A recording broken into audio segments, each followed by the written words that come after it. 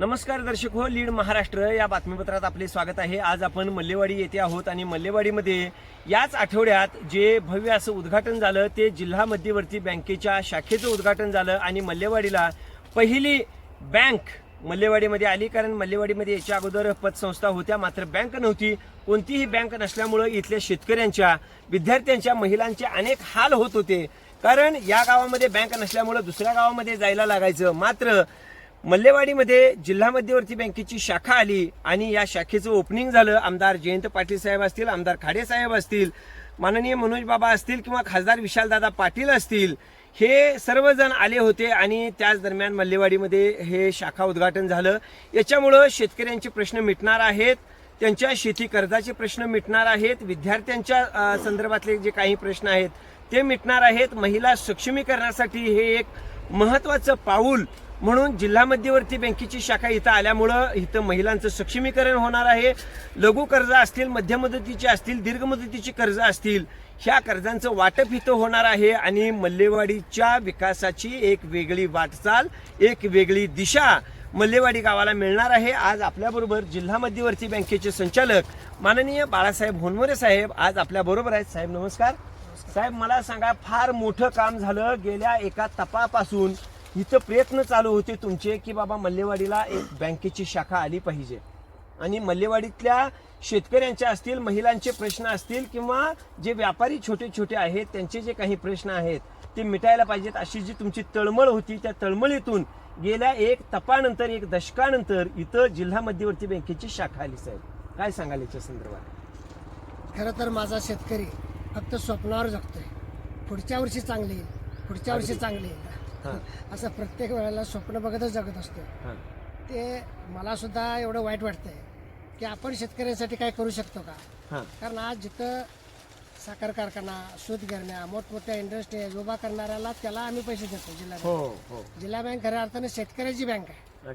मग शेतकऱ्यांची बँक असताना ठीक आहे, शेतकऱ्यांची बँक आहे, सांगली जिल्ह्यामध्ये खूप चांगली बँक आहे, खऱ्या अर्थानं अर्थवाहिनी आहे जिल्ह्याची। अर्थवाहिनी जर म्हटलं तर जिल्हा बँक आपली खूप चांगली आहे। आमचे नेते जयंत पाटील साहेब असतील किंवा आता विद्यमान सगळे चेअरमन, संचालक असतील आणि माजी चेअरमन असतील, या सर्वांनी खूप चांगली चालवल्या बँक। महाराष्ट्रातल्या टॉपमध्ये आपली बँक आहे, पण त्या बँकेचा उपयोग सर्वसामान्यांना होतोय, पण आमचं गाव मल्लेवाडी याच्यामध्ये वंचित होतं। अगदी बरोबर।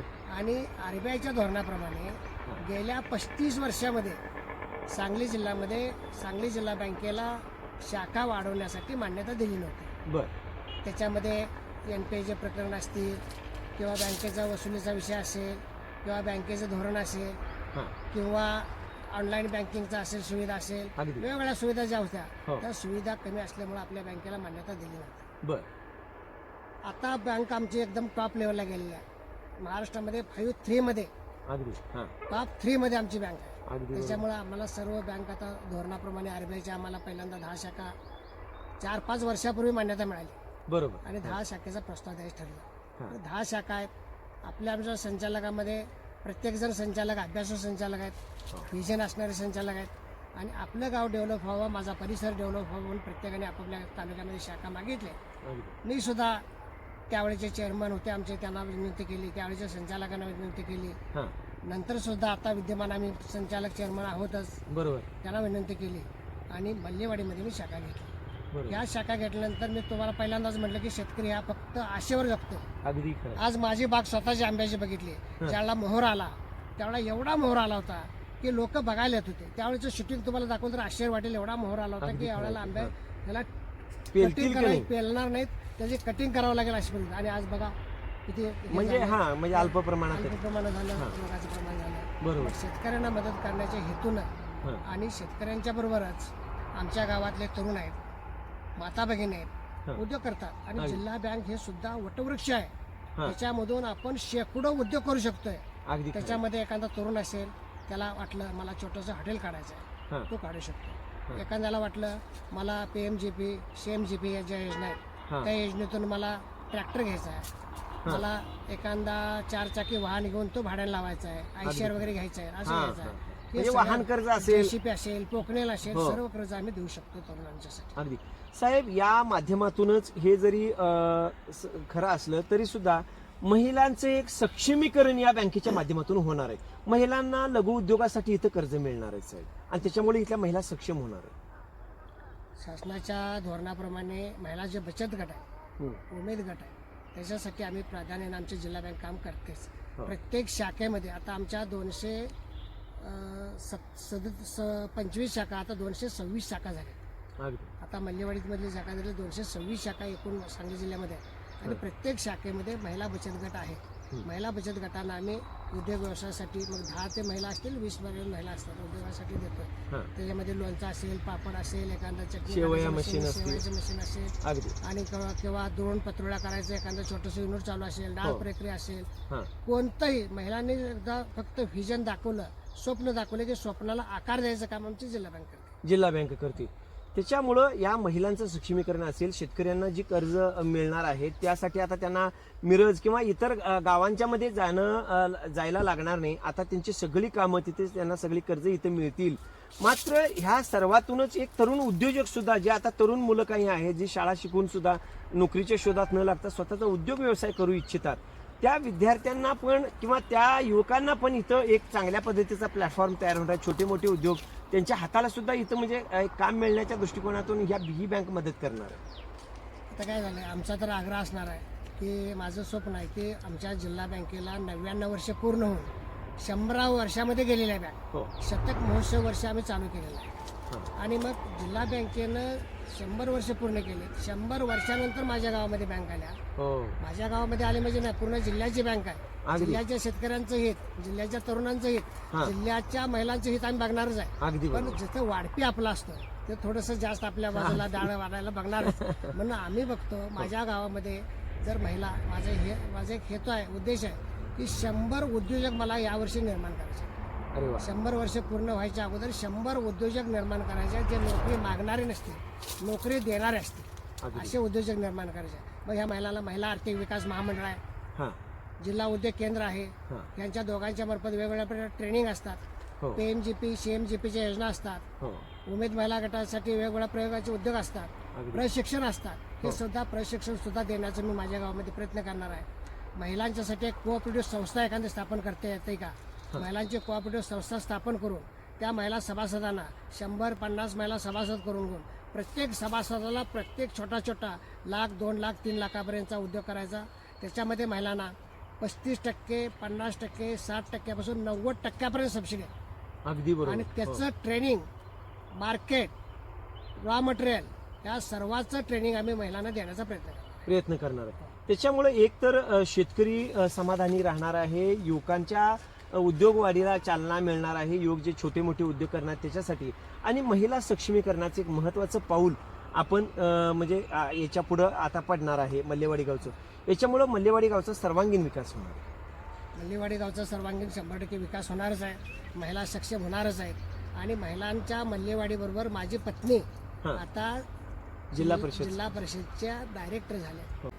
आणि निवडून आल्यानंतर फक्त माझ्या गावाची जबाबदारी आता गावाची राहिलेली नाही. मी तर आमदारकी लढवली, पूर्ण विधानसभा मतदारसंघाची जबाबदारी माझी आहेच. आज जरी मी पक्षांतर केला असेल, फक्त नेते बदलले पण माझे विचार बदलले, सेवाभाव विसरला नाही. आणि सेवा करायचा हेतूच आमचा आहे. पक्ष येतील जातील पण सेवा करण्याचं व्रत जे आम्ही घेतलेलं आहे तो आम्ही ते करणारच आहे. आज माझ्या पत्नीने सुद्धा परवा बोलून दाखवलं की माझा बेडक जो मतदारसंघ आहे, त्या बेडक मतदारसंघातली जी 4 गावं आहेत, त्या गावातल्या महिलांना सुद्धा आर्थिक सक्षम केलं पाहिजे. प्रत्येक गावामध्ये छोटे छोटे उद्योग निर्माण व्हायला पाहिजेत. आणि प्रत्येक महिला, कुणीतरी असं केलं जातं की प्रत्येक गावामध्ये आता एक नवीन ट्रेड आलाय की कोणतरी येतोय, चला महिलांनो तुम्हाला गाड्यात बसा, तुम्हाला मी देवदर्शन घडवून आणतो. कोणतरी येतंय, चला तरुणांनो तुम्हाला कुठेतरी गोवा फिरवून आणतो, कुठेतरी फिरवून आणतो. हे ट्रेड चालू झालाय. कोणतरी येतंय, त्यांचं खच्चीकरण करते आणि त्यांना लाचार बनवतात. मला महिलांना लाचार बनवायचं नाही. मला असं सक्षम महिलांना करायचं आहे की त्या महिलांनी स्वतःची गाडी भरून स्वतःच्या उद्योगातल्या महिलांना स्वतः स्वखर्चानं फिरवून आनंदानं देवदर्शन करून आणलं पाहिजे. आणि आनंदानं स्वतःचं कुटुंब चालवलं पाहिजे, आर्थिक सक्षम झालं पाहिजे आणि कुटुंबाला आधार देऊन 4 लोकांना काम द्यायला पाहिजे. अशा मला महिलांना घडवायचं की या सर्व माध्यमातून जर शेतीला कर्ज तर मिळतीलच, मात्र शेतीपूरक उद्योगांना काही कर्ज मिळतील का? 100% खूप चांगला प्रश्न विचारला.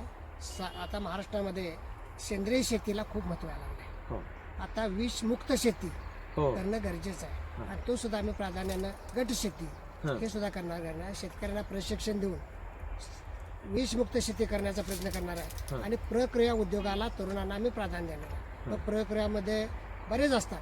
मग फूड प्रोसेसिंग युनिट असेल, अगदी आता तर नवीन ट्रेड आला आहे तो मोरिंगा पावडर. हो मोरिंगा पावडर हो ते मोरिंगा पावडरला एवढं महत्व आलंय. हो शेवग्याच्या शेवग्याच्या पानापासून पावडर. आता आपल्या पडलेली बरीच रानं होती. म्हैसाळ प्रकल्पाचं पाणी आल्यामुळे आता सुजलम सुफलम झालेला भाग, फक्त सुजलम सुफलम झालेले आर्थिक सुद्धा आम्हाला सुजलम सुफलम करण्यासाठी आता आणि गाव समृद्ध करण्यासाठी छोटे शेतकऱ्यांसाठी उद्योग, प्रक्रिया उद्योग आपल्याला आणता येतील. त्याच्यामध्ये शेकडो उद्योग आहेत. PMGP, CMGP, आता तुम्हाला मी नाव वाचून दाखवायला नको, बरोबर. पण जो धडपडतोय त्याला काहीतरी करायचं आहे, तो धडपडत असतोय, मार्ग काढत असतोय, पण त्याला मार्ग सापडत नसतोय. पण मार्ग त्यानं फक्त आम्हाला कल्पना सांगितली की त्या कल्पनेला आकार द्यायचं आम्ही काम करणार आहे. मग त्यात महिला पण उद्योग करू शकतात, तरुण पण उद्योग करू शकतात, शेतकरी पण उद्योग करू शकतात. आणि शेतीचा उदाहरण सांगतोय, गुळ पावडर 1-2 कोटीपर्यंतचा प्रोजेक्ट आहे. फार्मर प्रोड्युसर कंपनी स्थापन करायची आणि जर तो प्रोजेक्ट चालू केला तर 50% सबसिडी आहे आणि एक्सपोर्ट सुद्धा होऊ शकतो. असे आम्ही आता जे म्हणतोय ना की मी एक 8-10 दिवसात 15 दिवसात प्रशिक्षण इथं देणार आहे. मग ते फक्त मल्लेवाडी गावापुरतं मर्यादित नसणार नाही. अगदी बरोबर. आता माझ्या गावामध्ये शाखा आणण्यासाठी आमचे नेते जयंत पाटलांनी खूप मला मला जर जिल्हा बँकेत साहेबांनी जर मला संधी दिली नसती, तिथं मला काम करायची संधी दिल्यामुळं मी तिथं आग्रह धरला, माझ्या समस्या मांडल्या आणि तिथं गावात शाखा आली. आणि गावात शाखा आणत असताना फक्त मी बाळासाहेब मोरे एकट्यानं आणली नाही. संचालक मंडळानं तत्कालीन चेअरमन साहेबांनी आम्हाला मान्यता दिली. त्यांच्या प्रयत्नाला यश आलंय आणि यश आलं असताना गावातल्या लोकांना सुद्धा मला सहकार्य मिळालं. आज शाखेचं उद्घाटन आहे म्हणल्यावर आनंदानं आमच्या गावातले लोक उत्साहित झाले होते. त्याच्यामध्ये आमचे पूर्वीचे आमचे रावसाहेब धोर्रे असतील, आमचे आता रविकांत साळुंके म्हणून आहेत ते असतील, महादेव चव्हाण म्हणून आहेत, असं आमचे सरपंच विनायक पाटील आहेत, दिलीप पवार सोसायटीचे चेअरमन आहेत, आमचे सहकारी मित्र जुने भरत पाटील म्हणून होते, विश्वास पाटील म्हणून आहेत, किंवा आमचे आनंदराव भोसले आहेत. असे जुने लोक सुद्धा आमचे सहकारी मित्रांनी सुद्धा ह्याच्यामध्ये खूप सहकार्य दिले. आणि हे फक्त नावं घेतली म्हणजे एवढ्यांचं सहकार्य मिळालेलं नाही, पूर्ण गावाचं माता भगिनीचं सहकार्य मिळालं. त्याच्यामुळे झालं. माझं एकच आव्हान आहे की ही बँक फक्त पैसे काढायचे द्यायचं नाही, एक विकासाचं दार उघडलेलं आहे. हे विकासाचं दार उघडलेलं आहे आणि त्या विकासाच्या दरवाजातून आज जायचं आणि स्वतःचा विकास करून घ्यायचा आहे. फक्त एक आहे, बँक आली म्हणून लगेच जादूच्या कांडीसारखं सगळ्यांचा विकास होणार नाही. मी तसं बोलणार पण नाही. फक्त तुम्ही पुढे आलं पाहिजे. तुम्ही फक्त 10 पावलं पुढे आम्हाला करायचं म्हणून सांगा, आम्ही 100 पावलं पुढे येतो आणि कल्पनेला आकार देऊ.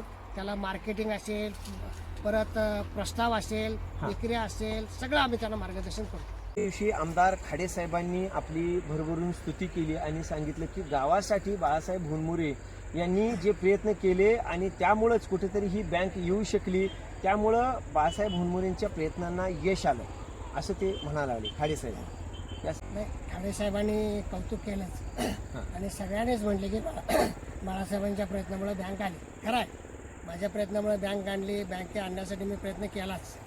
पण आता विकास करायचा असेल तर मला खाडे साहेबांचीच मदत घ्यावी लागणार आहे. कारण खाडे साहेबांनी माझ्या मतदारसंघामध्ये आमदार म्हणून निवडून आले.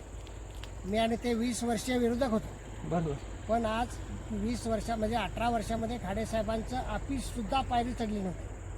विरोधक म्हणजे विरोधच होतो, पण आज आम्ही मनापासून एक झालो. खाडे साहेबांनी सुद्धा मला मनापासून स्वीकारले आणि या भागाचा विकास करण्यासाठी खाडे साहेबांनीचं खूप मोठं योगदान आहे. सुजलम सुफलम भाग करण्यासाठी त्यांनी प्रयत्न केला आहे. कोट्यावधी रुपये त्यांनी ओतलेत आणि समस्यामुक्त मतदारसंघ करण्याचा प्रयत्न केला आहे. पण आता जे राहिलेले कामं असतील ते कामं करण्यासाठी भाऊंचंच वाक्य होतं की बाळासाहेब तुम्ही आता बँक आणलात, अजून जोरात आपल्याला आता काम करायचं आहे आणि फक्त मल्लेवाडीच नाही तर पूर्ण भागाचा विकास करायचा. निश्चितपणानं भाऊंच्या माध्यमातून भागाचा विकास करायचा आहे आणि त्याच्यामध्ये जिल्हा बँकेचं जे योगदान आहेच, पण त्याचबरोबर इतर राष्ट्रीयकृत बँका असतील, केंद्र सरकारच्या योजना असतील, राज्य शासनाच्या योजना आहेत, CMGP, PMGP, परत नाबार्ड आहे, वेगवेगळ्या प्रकारच्या योजना आहेत. ह्या योजना एकत्रित राबवायच्या आणि सुरेश भाऊसुद्धा आता ते माझे नेते आहेत. त्या नेतेसुद्धा दूरदृष्टीचे आहेत. त्यांना विकास घडवायचा आहे. जो विकास राहिलेला अजून तो करायचा आहे. त्याच्यात मोठ्या प्रमाणात तरुणाच्या हाताला काम द्यायचं. आणि तरुणांच्या हाताला काम देण्यासाठी उद्योग निर्मिती करायचं. बरोबर. आज पाण्याचे प्रश्न मिटलेत, रस्त्याचे प्रश्न मिटलेत, गावातल्या बऱ्यापैकी समस्या मिटलेत, पण पोटाचं काय, पोटाचं मिटायला पाहिजे तरुणांचं. यासाठी आता आम्ही दोघं मिळून हातात हात घालून निश्चितपणानं काम करणार. म्हणजे उद्योगाला चालना मिळणार आहे, युवकांच्या हाताला काम मिळणार आहे, स्वतःचा उद्योग ते सुरू करणार आहे. उद्योग सुरू करायसाठी आम्ही मदत करणार. जे त्यांची कल्पना असेल त्या कल्पनेला आकार देणार. अगदी. प्रोजेक्ट बनवण्यापासून मार्केटिंगपर्यंत त्याचे पैसे येण्यापर्यंत आम्ही त्यांना मदत करणार. म्हणजे कुठेतरी ह्या शेतीपूरक जे उद्योग आहेत यांच्या प्रक्रिया उद्योग जो आहे त्या उद्योगांमुळं ह्या युवकांना काम मिळणार आहे. मग जसं मोरिंगा पावडर असेल किंवा गुळ पावडर असेल जी एक्सपोर्ट होतात, या उद्योगांच्या साठी सुद्धा आम्ही कर्ज देऊ. ही काही जादूची कांडी नाही की लगेच फिरवली आणि विकास झाला. आपणाला प्रयत्न करावा लागेल, आपणाला चांगले उद्योग गावामध्ये आणावे लागतील, तरुणांना सक्षम बनवावं लागेल, महिलांना सक्षम बनवावं लागेल, तरच कुठेतरी गावचा विकास होऊ शकतो. आणि किमान 100 उद्योग आम्हाला या वर्षभरात हे करायचे आहेत. महिलांना ट्रेनिंग द्यायचं आहे, युवकांना ट्रेनिंग द्यायचं आहे. त्यांना ट्रेनिंग देऊन नंतर ह्या सक्षमीकरणाच्या माध्यमातून उद्योगवाढीला चालना मिळणार आहे.